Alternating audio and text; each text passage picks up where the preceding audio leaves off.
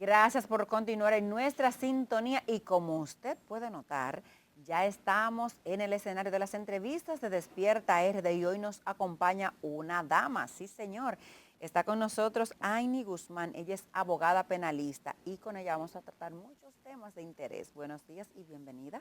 Muy buenos días, gracias por la invitación y por tomarme en cuenta para debatir sobre este interesante tema. Claro que sí. Aini, vamos a iniciar con un tema que pues está ahora retomándose por el tema de la niña de Puerto Plata, que no podemos, ¿verdad? Nosotros decir si asesinatos, sí, pero el tema de la castración química ha vuelto a resurgir por este tema.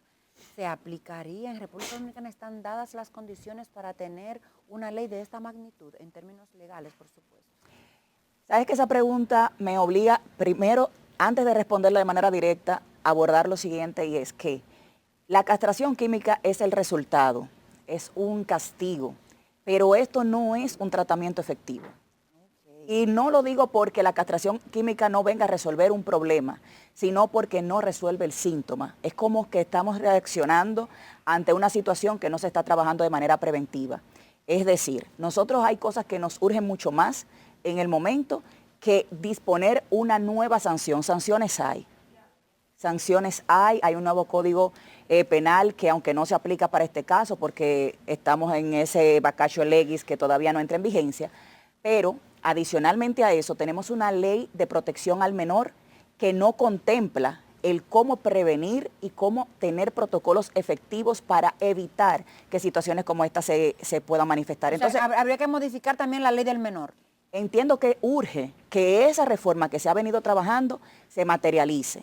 ¿Por qué? Porque cuando nosotros hemos visto que se ha querido hacer una reforma de manera express, como lo fue el nuevo Código Procesal Penal, como lo fue también el nuevo Código Penal, que se duró muchísimo tiempo tratando de que se promulgara y no se había podido, y cuando se quiso se pudo. Entonces, así mismo, tenemos que ponernos en la tarea de que esas modificaciones a la ley 136-03, que es la que regula el nuevo Código del Menor, se pueda realizar. Entonces, si hablamos de castración química, viene siendo una sanción a una acción, más no es un tratamiento efectivo en el sentido de que eso no evitaría que esas situaciones se sigan produciendo. Y lo voy a poner de un caso muy simple. ¿Dónde se dan las agresiones sexuales a los menores? En el entorno de la familia. En el entorno de la familia y en el entorno también social al que pertenece. ¿Qué dice nuestra norma? ¿Qué dicen los tratados internacionales que hablan y que regulan la manera de proteger de manera efectiva a los menores? Que primeramente es responsable en primera línea de orden sobre las situaciones que pueda haberse afectado un menor, la familia. Es decir, los padres en primera línea de la familia, que son los que tienen la autoridad parental según nuestra norma al momento. Luego, en coordinación con la familia, el Estado. Y en conjunto con todo ello, la sociedad. Eso quiere decir que tenemos 3 órdenes de protección. Familia y en el mismo rango, de manera paralela, el Estado. Y adicionalmente a este Estado, cubriendo todo, la sociedad. Eso implica que tenemos una responsabilidad en conjunto que asumir y que ciertamente una ley que establezca un rigor mayor no lo va a solucionar. Aini, parecería que el tema de la justicia o del Estado acciona de manera reactiva y no preventiva. Exactamente. Ahora, ¿qué pudiera hacer? O sea, ¿qué ejemplo usted pudiera darnos de un método preventivo para evitar este tipo de hechos, por ejemplo, en el marco de las leyes?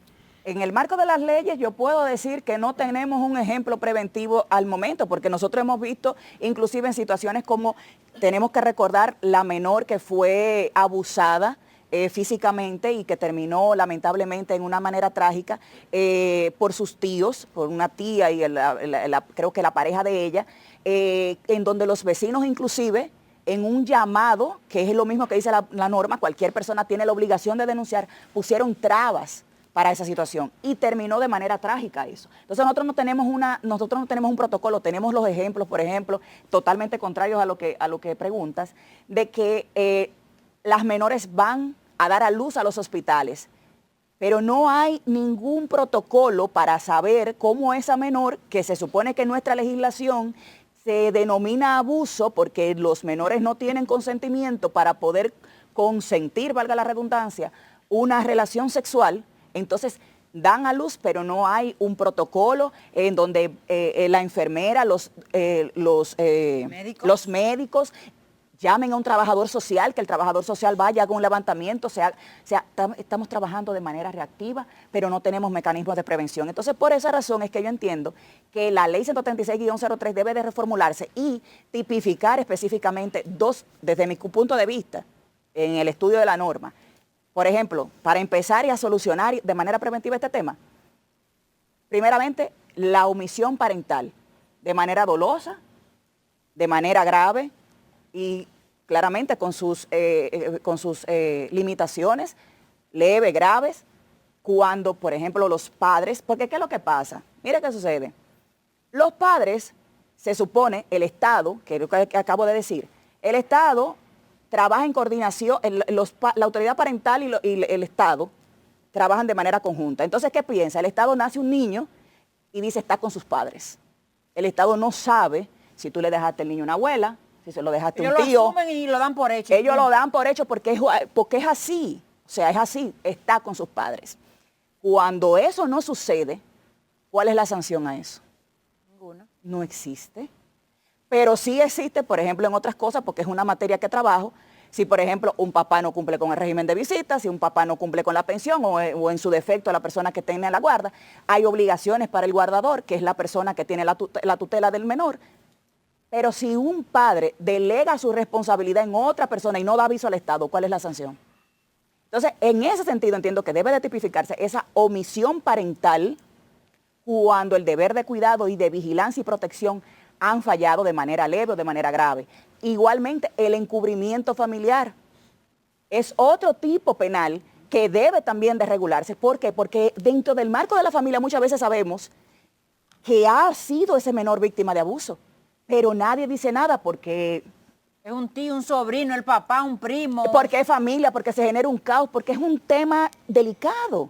Entonces, nosotros si comenzamos a tratar de manera preventiva legalmente eso y después llevamos a la castración química, está bien, pero llegamos a la castración química y realmente no va a solucionar el problema porque no se está trabajando el síntoma, la causa que se origina en la familia, que es por un deber de cuidado, protección y vigilancia que no se cumplen muchos de esos casos que en la mayoría podemos decir que vemos a diario. Lo vimos en el caso de la niña que acabo de decir que fue abusada por la tía y terminó en una manera trágica. Lo vimos en el caso en el que también acaba de suceder con esta menor.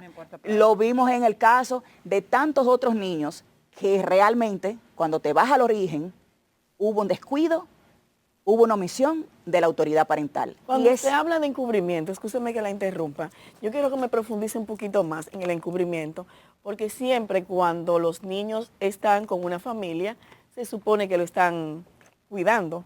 Así lo entiende el Estado también. Así lo entiende el Estado.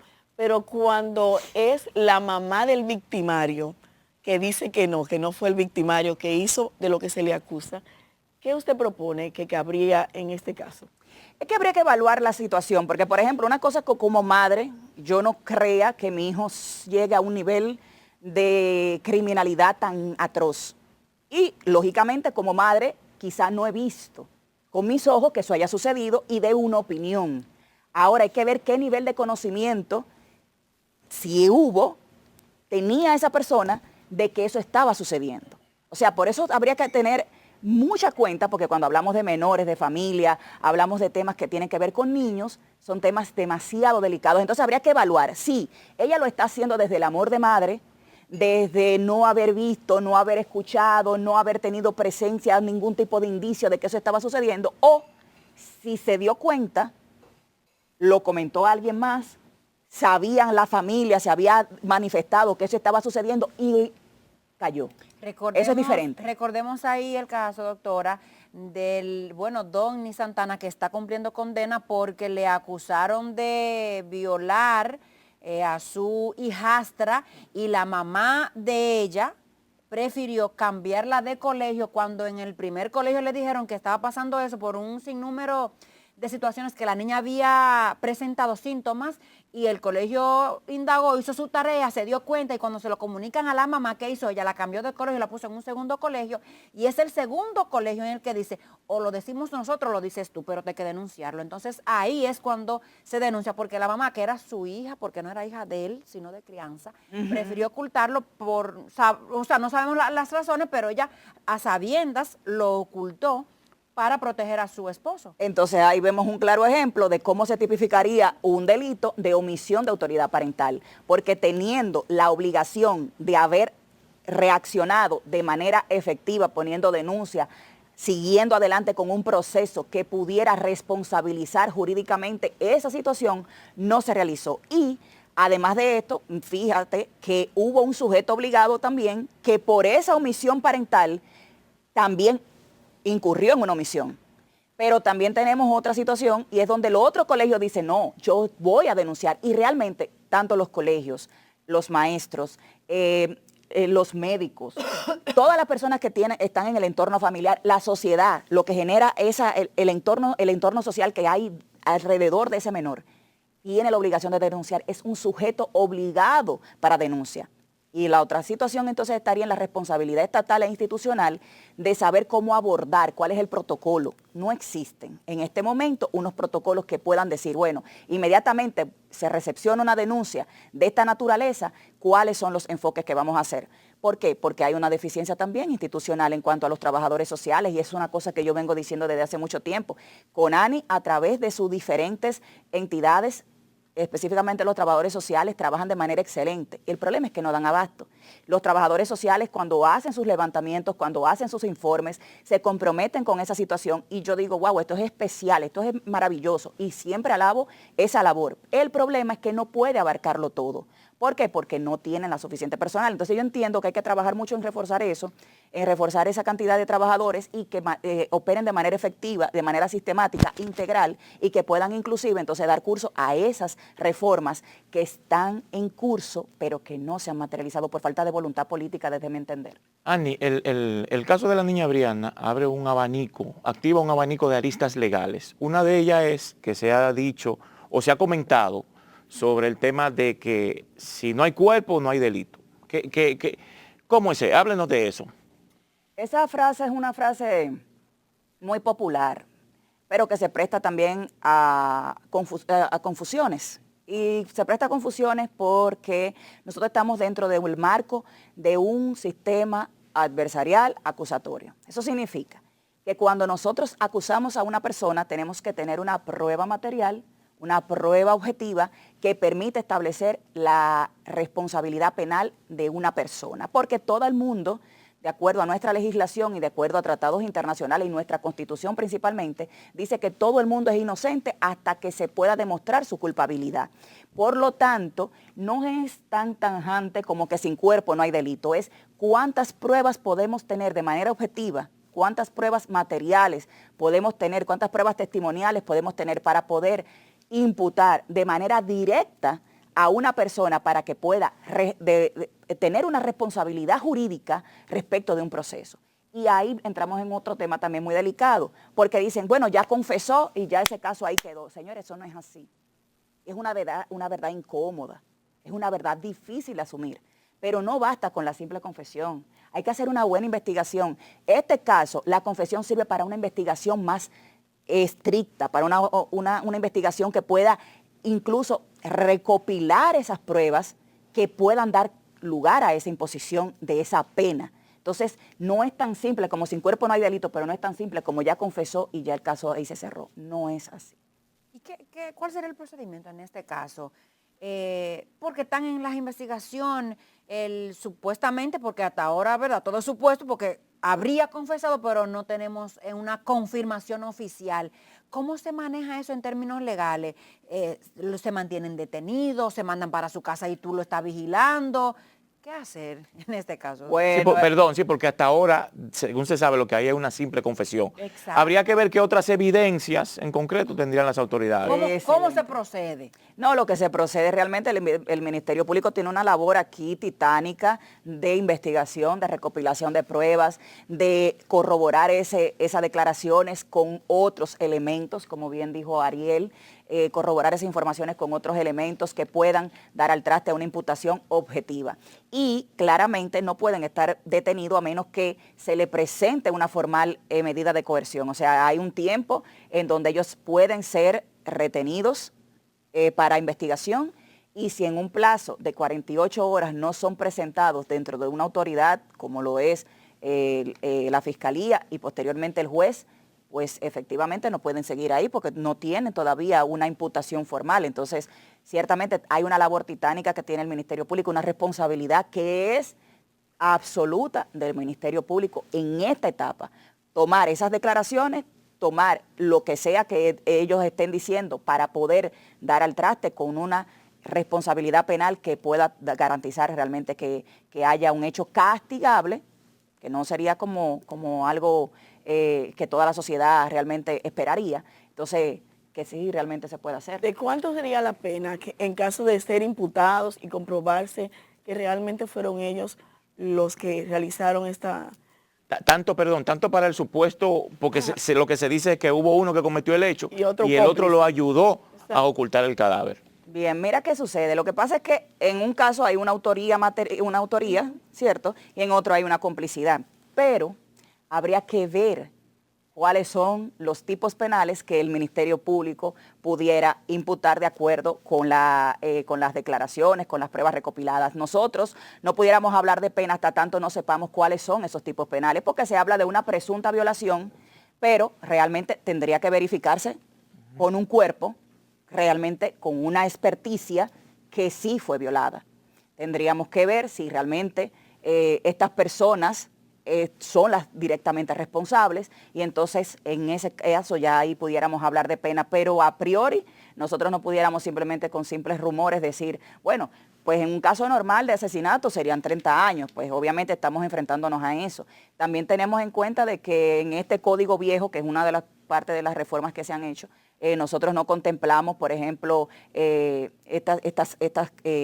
cúmulo de penas, ni nada por el estilo. Entonces, sería básicamente irnos a la pena mayor y ya con base en eso. Pero tendría que probarse el asesinato en tal caso, tendría que probarse la violación en tal caso, tendría que probarse la premeditación, la acechanza y todos aquellos elementos que puedan permitir una imputación de esa naturaleza. Pero, como repito, es una labor que tiene el Ministerio Público de investigar para poder establecer todas esas responsabilidades y esas condenas. Ani, en la última parte de la entrevista se designó, cambiando de tema, se designó un ministro de Justicia. El Ministerio de Justicia es una realidad, al parecer, ¿verdad?, República Dominicana, porque se aprobó la institución, ya se creó quién lo va a dirigir.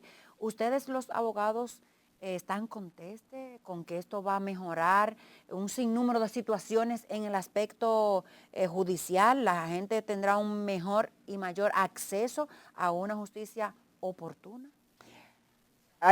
Cuando me hace esa pregunta me llega a la mente una frase, pero eso es una opinión muy personal mía, dice que la fiebre no está en la sábana. Entonces habría que ver cómo convergen los operadores de justicia ahora a través de un ministerio.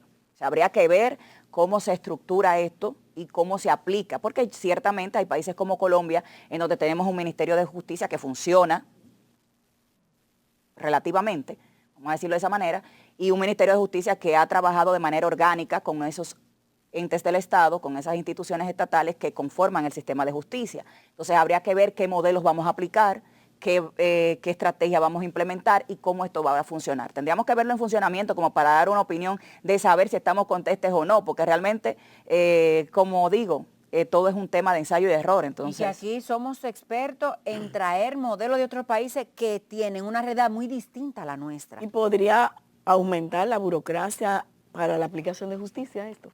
Pudiera ser, porque es un organismo que realmente viene a representar una entidad del Estado. Entonces, convergiendo con temas que se supone que ya son justicia independiente, como es el Ministerio Público, también el Poder Judicial en cuanto a todo el tema de los tribunales y demás. Entonces, habría que ver realmente cómo se va a estructurar todo esto. Realmente me gustaría verlo aplicándose para saber que realmente sí funciona y que nos va a dar el resultado que esperamos que dé. Bueno, ojalá y sea así y no sea otra institución cosmética que venga a retrasar los procesos. Y dijo el presidente de la Suprema que se redujo la mora judicial en estos años. ¿Usted está de acuerdo con que se redujera en los términos que lo dijo? Lo que pasa es que cuando hablamos de porcentaje, como habló el presidente de la Suprema Corte de Justicia, Henry Molina, yo no pudiera tener las bases para rebatir ese número. Ahora bien, la realidad que vivimos en los tribunales es que realmente hay un retraso, demasiado retraso en cuanto a las soluciones de los procesos, en cuanto a las fijaciones de las audiencias, en cuanto a las solicitudes respondidas que hacemos, donde nosotros a veces esperamos hasta 2 meses, 3 meses porque se fije, o cuando se aplazan las audiencias para que se vuelva a fijar una audiencia, y así sucesivamente vemos que tenemos años y años esperando por una respuesta, por un fallo, inclusive en tribunales civiles, que también se alarga mucho. Entonces, vemos que también es un tema por jurisdicción, porque cada jurisdicción también trabaja de manera más ágil o más lento. Entonces nosotros no podemos comparar en ninguna medida el Distrito Nacional con la provincia de Santo Domingo y así sucesivamente. Entonces creo que sí habría que volver a revisar esos informes que llegaron a ese porcentaje y que él los dijera en televisión, porque realmente tenemos nuestras dudas.